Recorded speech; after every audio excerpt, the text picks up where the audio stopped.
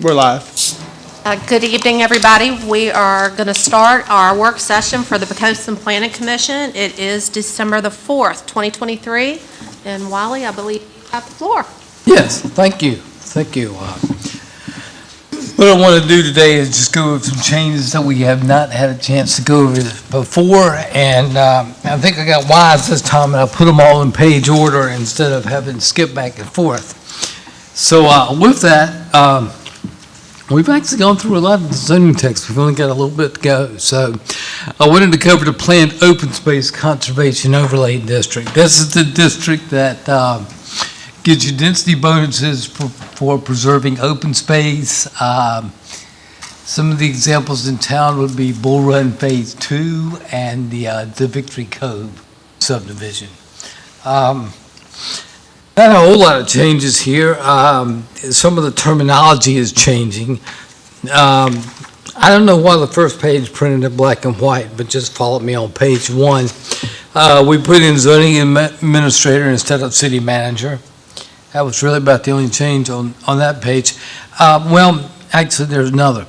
Number 3, promote development of superior projects and the preservation of resource protection area features and non-tidal wetlands.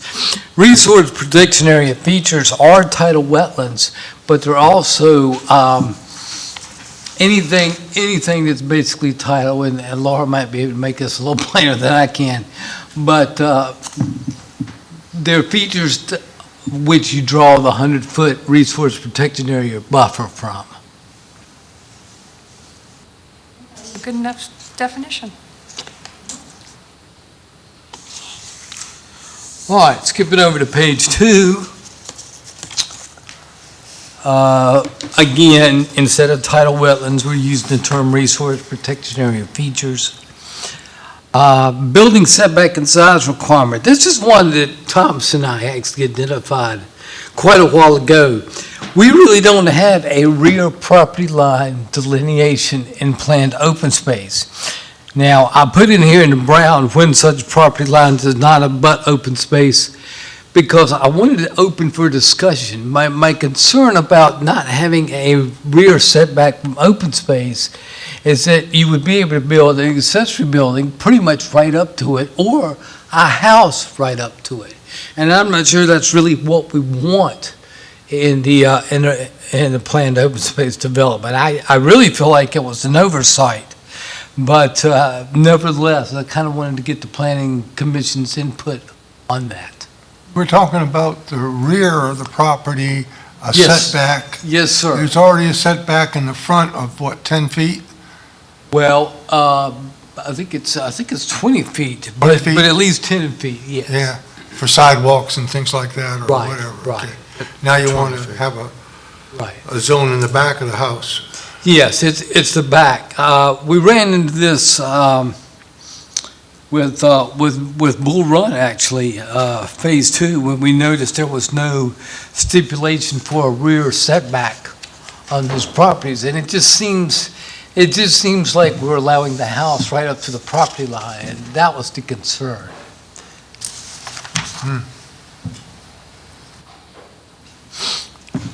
So, if anybody has an opinion on that, I'll be glad to take it.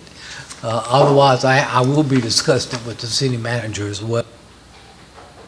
There are some subdivisions that use a rear setback for like drainage, and they do that in our community. So it's not unheard of. Right. It kind of makes sense to me. I mean,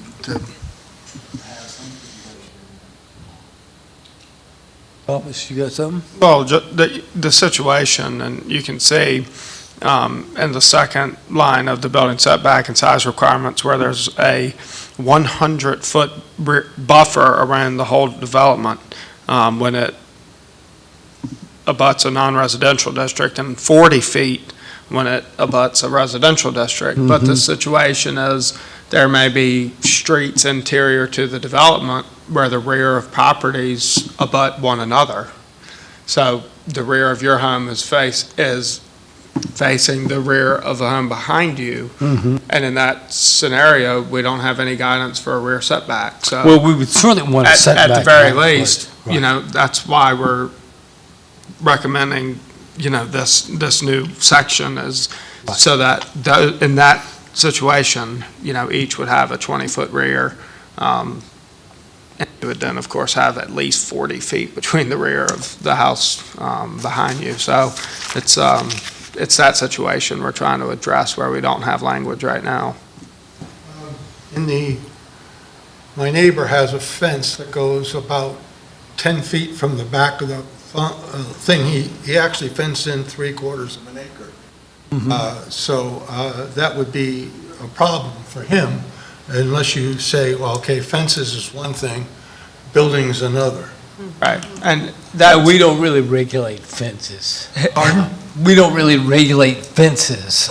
We will regulate structures, but not so much Structures, fences. that he's, speculation is that he's just keeping it out of that private drainage easement, his fence. But, you know, this is to address principal structures and, of course, accessory buildings. Okay? Is it, here, question, I thought it was 7 feet. No, Is it Well, for always 10 accessory feet? structures in all the other districts, yes. It's 7.5 feet if you're under 13 feet in height. If you're over, it's 15 feet. it certainly makes sense. You wouldn't want somebody, you know, building a barn right up, or something like that, or a garage right up against the line.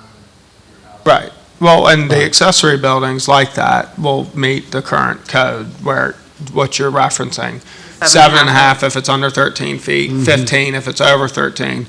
But this is establishing a rear setback for a principal dwelling, for a house. Yeah, And that's we don't what- have the language right now, but we will with your approval recommendation. Yeah, and the idea council. is that if we don't change this, the principal building would be closer to the property line than an accessory building, which doesn't really make any sense at all.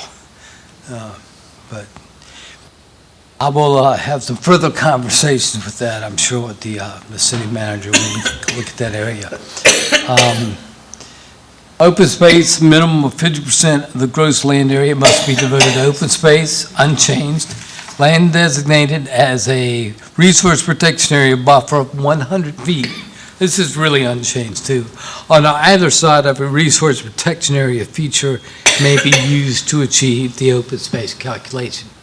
Really what that means is that if you have 10 acres and 2 acres is covered with the 100-foot wetland, you can use that 2 acres to calculate per acre. That's really what that means. Okay.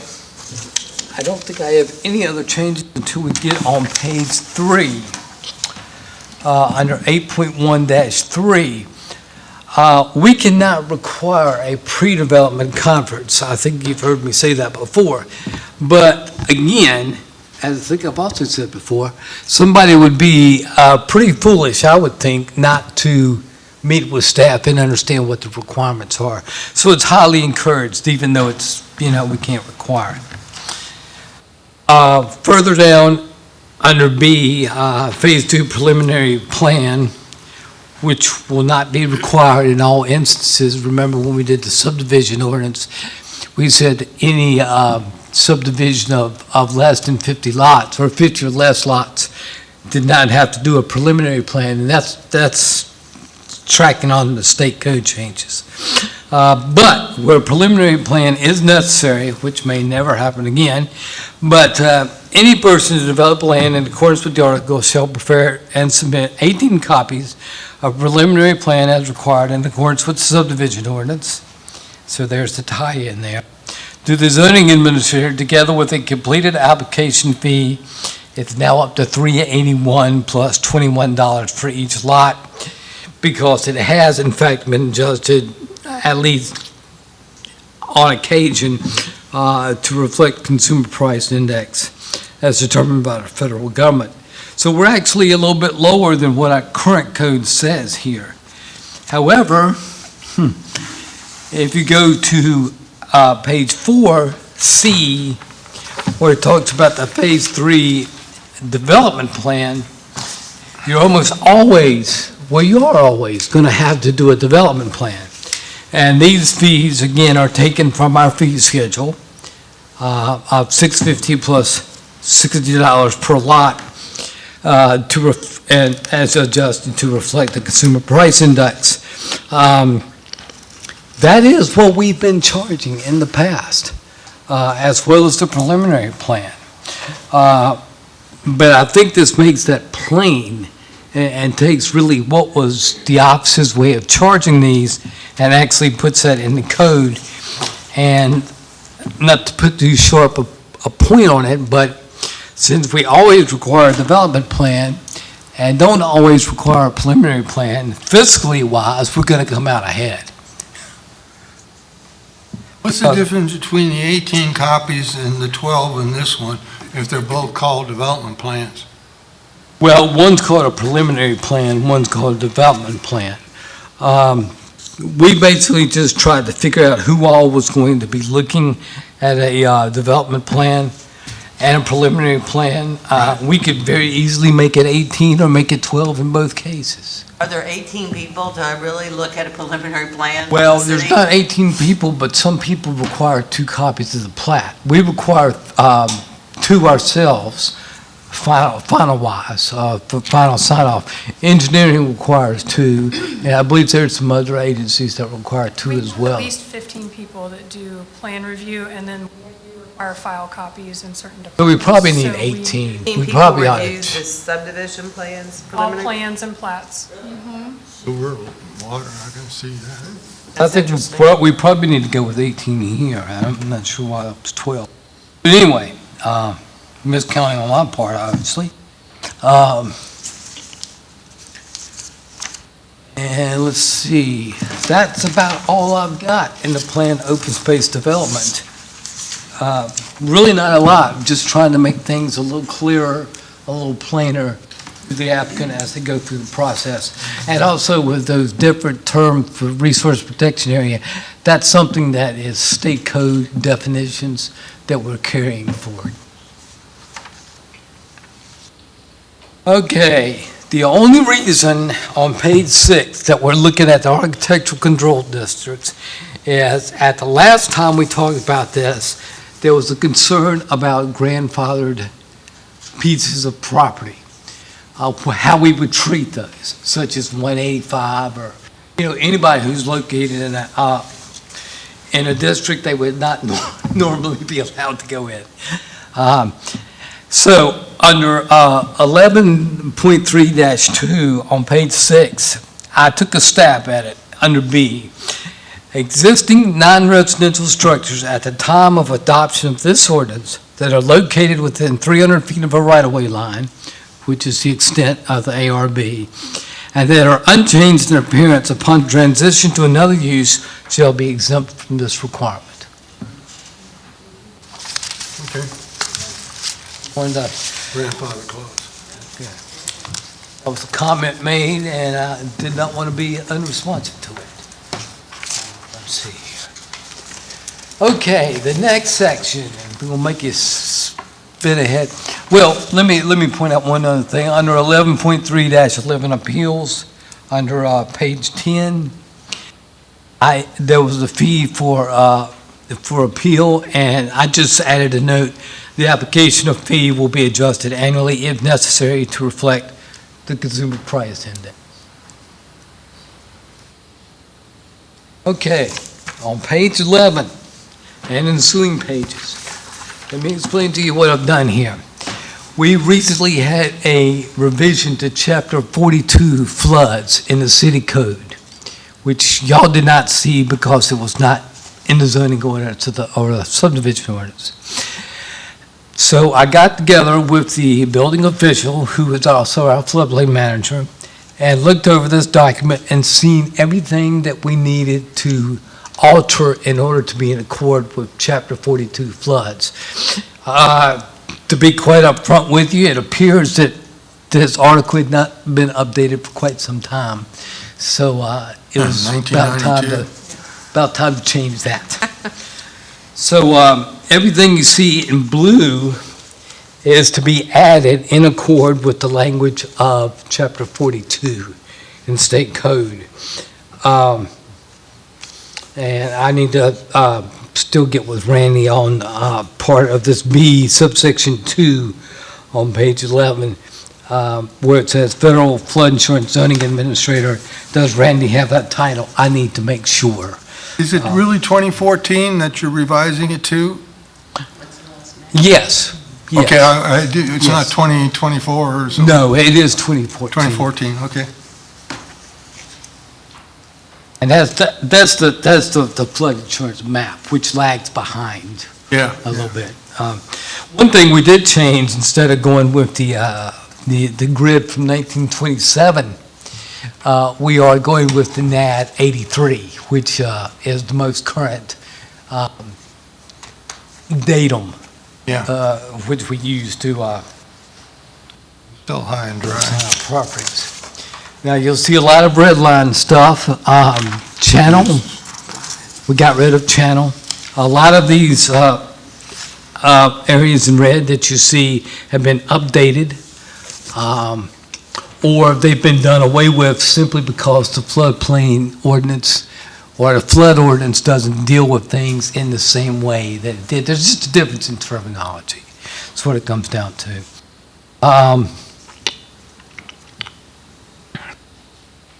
Let me see here. Substantial damage. Again, we outlined a lot of what we had, and we just used the current definitions. A lot of this, quite honestly, is directed by state building code and FEMA regulations. So I really didn't. We're either in compliance with those guys or we're not. So it's not much of a choice, really. But anyway, we did that. Like I said, this had not been updated for quite some time, and that's why you see as much red and blue as you do. Love the idea of a 100-year flood. Oh, yeah. Yeah, flood, 100 years, yeah. Well, you have a 1% chance in each given year. Of course, we know with global warming and more precipitation, that might change. Yeah, But, twice since I've been here. right, yeah, right. Technology Zone Overlay District beginning on 17. I really didn't change anything. I changed some of the formatting, and I referred to the city manager as the zoning administrator, which he is. The reason I changed some of the formatting in here was just to be consistent throughout the entire zoning ordinance. What my idea is to start with, a letter in parentheses, and then you go to a number in parentheses, then you go to A without the parentheses and one without. And I've done indentions to try to make that clearer. And, consistency through this document probably took me more time than anything else going through that. Okay, accessory dwellings, beginning on chapter 20, page 20, I'm sorry. We just made a few things clear that were already required by our code. The provisions of this article under 12-1, the provisions of this article shall apply within the residential, RS, R1, and R2 districts and shall comply with the Chesapeake Preservation Act requirements. Has to do it anyway, but we decided to make it clear. Again, this is something that not everybody who reads this has ever even looked at this before, so we're trying to get better guidance. Under 12-4, same page, relationship of tenant to owner. Any accessory dwelling unit may be occupied only by immediate family members related to the owners. For the purposes of this section, immediate family shall be defined as mother, father, sons, and/or daughters, and their spouses or children. Included in that definition is grandparents, but it doesn't say that specifically, so we said grandparents are included in this definition. Which grandchildren would be included too, so maybe I ought to add that. Wally? Yes. Am I jumping districts when I have a question about the 12-4 relationship with tenant to owner, because we're going to be talking later about whatever we're calling vacation Short-term Airbnb. rental. So does this apply to only one section, one area of land, or? This is speaking to This is speaking to accessory accessory dwelling dwellings. units, which are living units for immediate family, permanent. But are not attached in any way to the main. That are not attached Right. to the, okay, so. Yeah, two totally garage different. Continue, a detached garage would be considered an accessory dwelling if it has a unit If over you have it? like Maybe a if it has mother-in-law living, suite, yeah, yes. living Wait, I'm space sorry. above. Wait, I missed that one. If it had living space above, yes. Okay, so if it's attached to the house and it has a garage and living space above, it is not, If it's attached to the house, it's part of the house. right, so this is only if it's a separate garage that has a living unit above. Have to be a garage, but it could be a garage. Yeah, it's an accessory dwelling. It's not attached to the main structure in any way, shape, or form. But this is applicable regardless of what district it falls in, this 12-4. That's correct. Yes. It's for the residential districts, RS, R1, and R2. Yeah.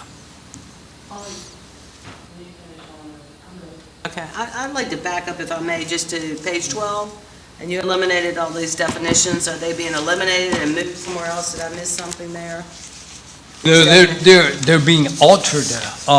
They're being eliminated because that is not the proper nomenclature from FEMA now.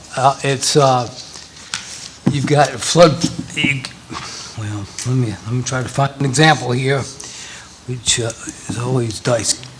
I mean, AE is still applicable as far as I know, as is X.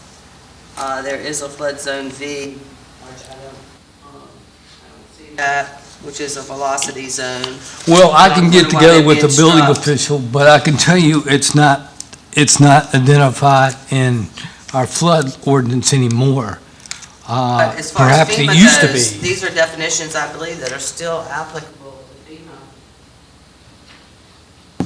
Hmm, I mean, I'd like to check. I'll check on it. Yeah. I'll check on it. And then also, on page 13, I noticed that it's been moved from 50% to 45%, and on substantial improvements, the reconstruction, is that, because I don't think that's in line with state code, is it? Yeah, I that's a thought line. it was 50% still with state code. That's a line with the code changes that we adopted last summer in regard to floods, which again was chapter 42 of our county code. I mean, I'll be glad to check on that, but I'm sure On that, that's right. because I thought it was still 50%, but I could be incorrect on that. It's in Well- correlation with our CRS rating. Yeah, community rating system. Thank you. That's the number of points that we accumulate has a direct effect on how much we can discount flood insurance premium.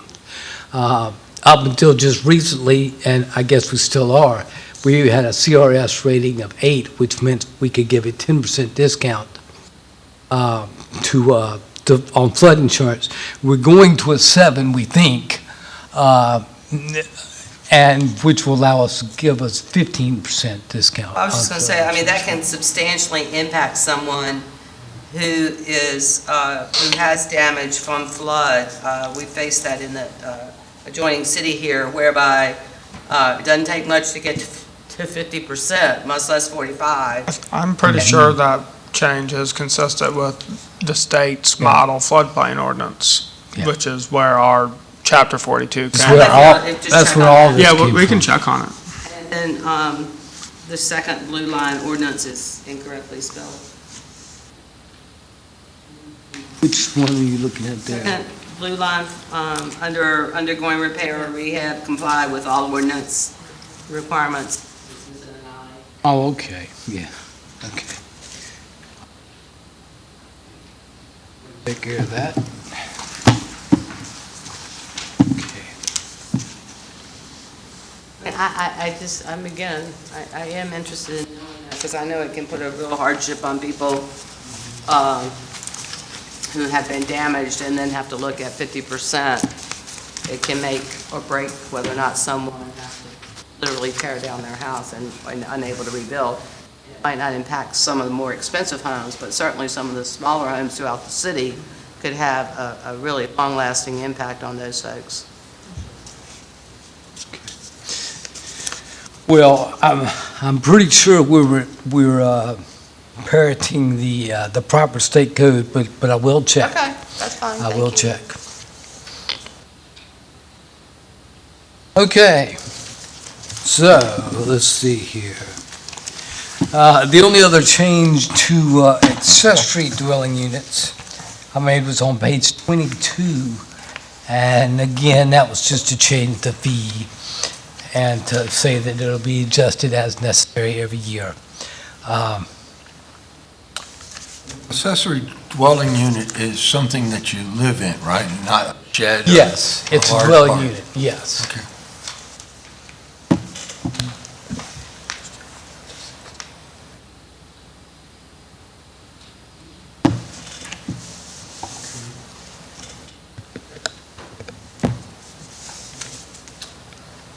Okay, Article 13, mobile home parks. Didn't really do a lot of changing here, except just kind of changed the numbering and the lettering again to be consistent with the rest of the ordinance. On page 25, they had special use permit required under 13-7. We don't do special use permits here, we do conditional use permits, which are synonymous with special use permits. Hearing of applications for a conditional use permit, again, changed all that, and notice of any public hearing shall be in accordance with section 1-7 of the ordinance. You'll remember in Article 1, the section there on conditional use governs how you advertise them and that sort of thing. And so I made all those changes. I'm not sure I did anything else. Well, actually I did on page 26, 13-11. The boundary of a mobile home park shall be adequately screened from adjoining land by trees, shrubs, public streets, or fencing as determined by the zoning administrator.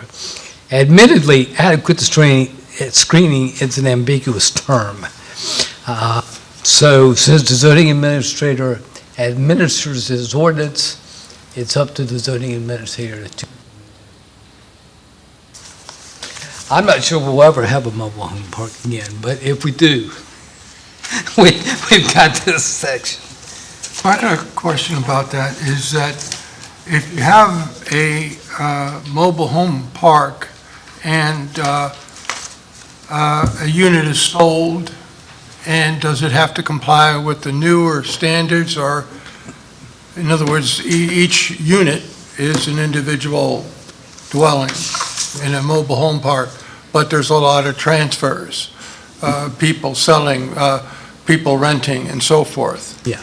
Every mobile home park that's currently in existence is grandfathered from any change in these provisions. All right. The last one I'm aware of that happened was for White House Cove, where we actually did a conditional use because they were asking for several dispensations away from what would normally be required from zoning ordinance, which maybe As should far have done a as, variance, but anyway. So as far as the existing ones, you say they're grandfathered, but If somebody had changed out mobile homes in those parks, they could do that, to answer your question. They'd be able to do that. We wouldn't retroactively say, your mobile home park doesn't comply with Article 13. We can't do that. It's grandfathered mobile home park. That's even if they have to tear one out, tear one down and put a new one. Yeah, because the overall mobile home park is still in operation. so you're considering the ones that are already there, these mobile home parks, as a unit rather than as individuals? Well, grandfather. a mobile home park is a collection of mobile homes. Right. So if you're trading one of them out or something like that, that's part of the normal operation of a mobile home park. Right. So we would say that's okay. I got to remember to speak in this thing. Does that answer your question? Yeah, it just seems that there should be a standard for mobile homes that are, I understand that are grandfathered already, but when one becomes a new unit, even if it's in the park, should, pass inspection, and stuff like that. Well, they'll have to pass inspections. I mean, there's certain code requirements that are necessary for a mobile home to be, quote, livable. There's about half of them down there that I think that would not pass that standard. But anyway, let's move on. I have another question. I know you struck all the AEs over here, but then also on page 13, there is another typo error on creek, lake, river, creek, stream. Yeah, we're not going over anything you've added, is what I'm seeing here, because I don't recall that we went over anything that's in blue here. So, No, we didn't go over them because basically they were all changes made pursuant to our update of Chapter 42. okay, because I noticed that in reference to the flood zones, you do reference the zones elsewhere on page 16, construction standards for properties in zone AE, but yet we're eliminating the AE, the VE on number H. Good point. On G, you have AE and you have VE. And I just checked FEMA, and as far as I know, AEs and Vs are still applicable as a FEMA designated zone. Okay. All right, perhaps we were a little bit overzealous in getting rid of that. But like I said, I'll check and I'll give you a report on that. Okay, so But I see what you're saying about zone AE being referenced on page 16, and yet we do away with the definition early. That's a good point, and one that we certainly need to pursue. And so I just want to be clear, because on all of the blue additions that I'm seeing here, I see what you're striking, but you're adding all this blue, and I don't know how much of this is, I'm assuming this is all based on code, but I don't know that. So I need your assurance that what I'm seeing here in blue is in fact according to current code and not just personal feelings, opinions, or, Tom's worked very extensively on Chapter 42 floods with the building official, so. The Chapter 42 of our code, the flood ordinance, comes from a state model floodplain ordinance. And Ken, who is our building official and currently acts as our floodplain administrator, manager, whatever you want to call him, he received the new state ordinance. We change ours to match it. How the state asks us to do the process is we made the changes to our code to match theirs. The council approved it. Then it goes back to the state for their review. They found one error, nothing substantive. It was scrivener's error. It was, anyway, so we took it back to council and the state approved it, and it's up to date with them. It's cohesive with the state code. The language you see here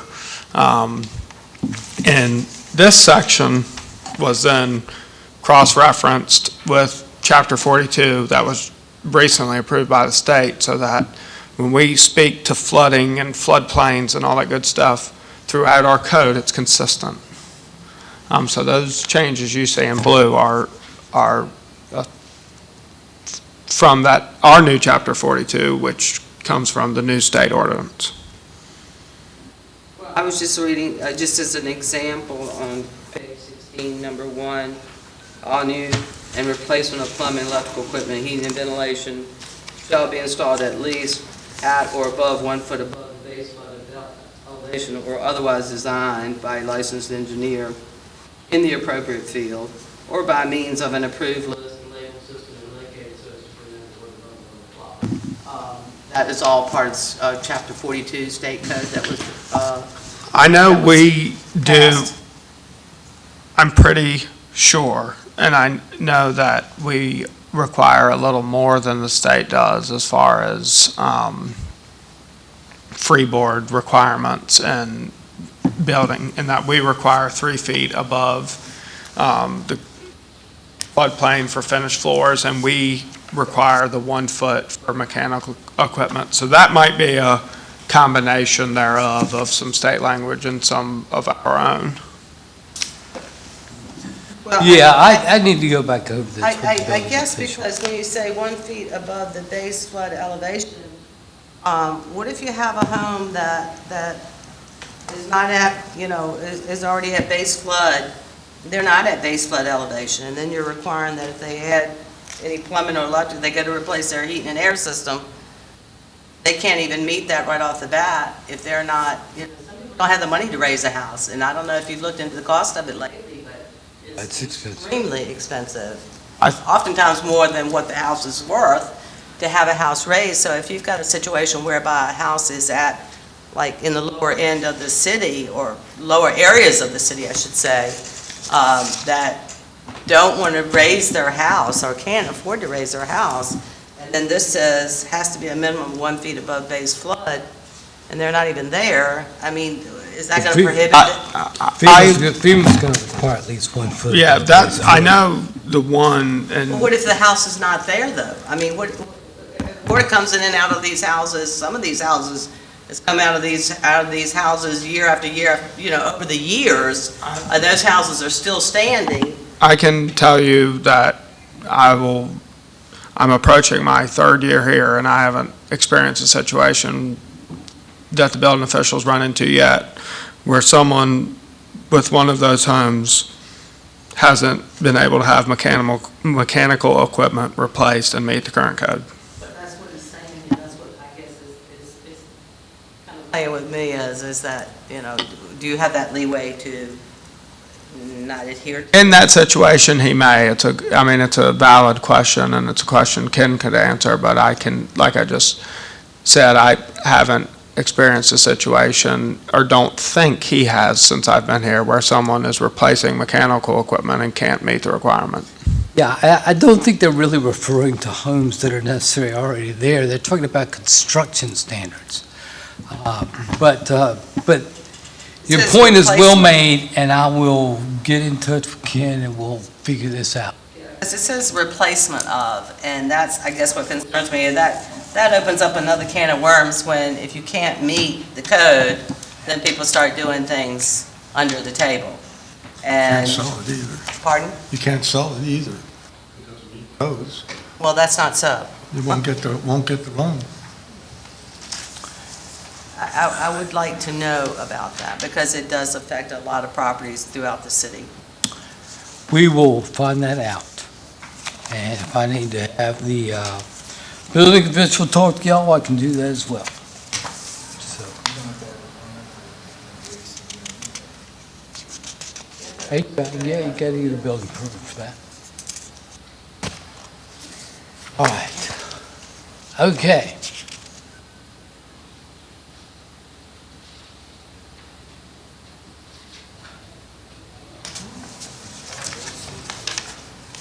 Article 14, home business permits, home occupation.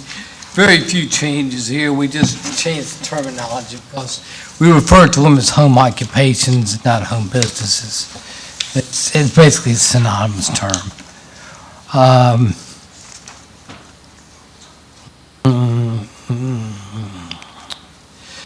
All the references to city manager, change the zoning administrator. Permits, we allow for permits to go up in accord with the Consumer Price Index. And boy, I think that's about it for that. Annual permit, 14-8 on page 31. That's worth going over just to kind of reiterate the point. A home occupation permit is valid for the remainder of the calendar year issued and shall expire on December 31st of such year. Each holder of a home business permit shall, by March 1st each year, renew the permit by certifying that the home business is operated in compliance with all applicable regulations. That's unchanged. I just added a sentence here. Failure to renew the permit shall result in a termination of any permit to operate a home occupation and shall constitute a zoning violation. It's really no different than what we do now. We just spelled it out. And we are working with the Commissioner of Revenue to tighten that up, because the line between what they can approve as home business permits and what we actually have to send out notices for can be a fine line in some cases, so. My mind was somewhere Sure. else, I know, and that y'all had discussed this, but on this, the relationship of tenant to the owner under the accessory dwellings. Uh-huh. Am I reading this correctly, that your accessory dwelling cannot be rented to anyone other than an immediate family? Is that correct? That is correct. That's what it's aimed at, yes, for immediate family.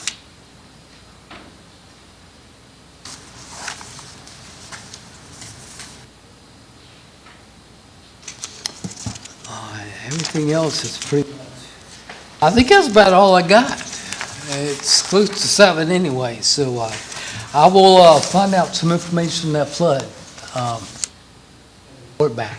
Thank you. Okay.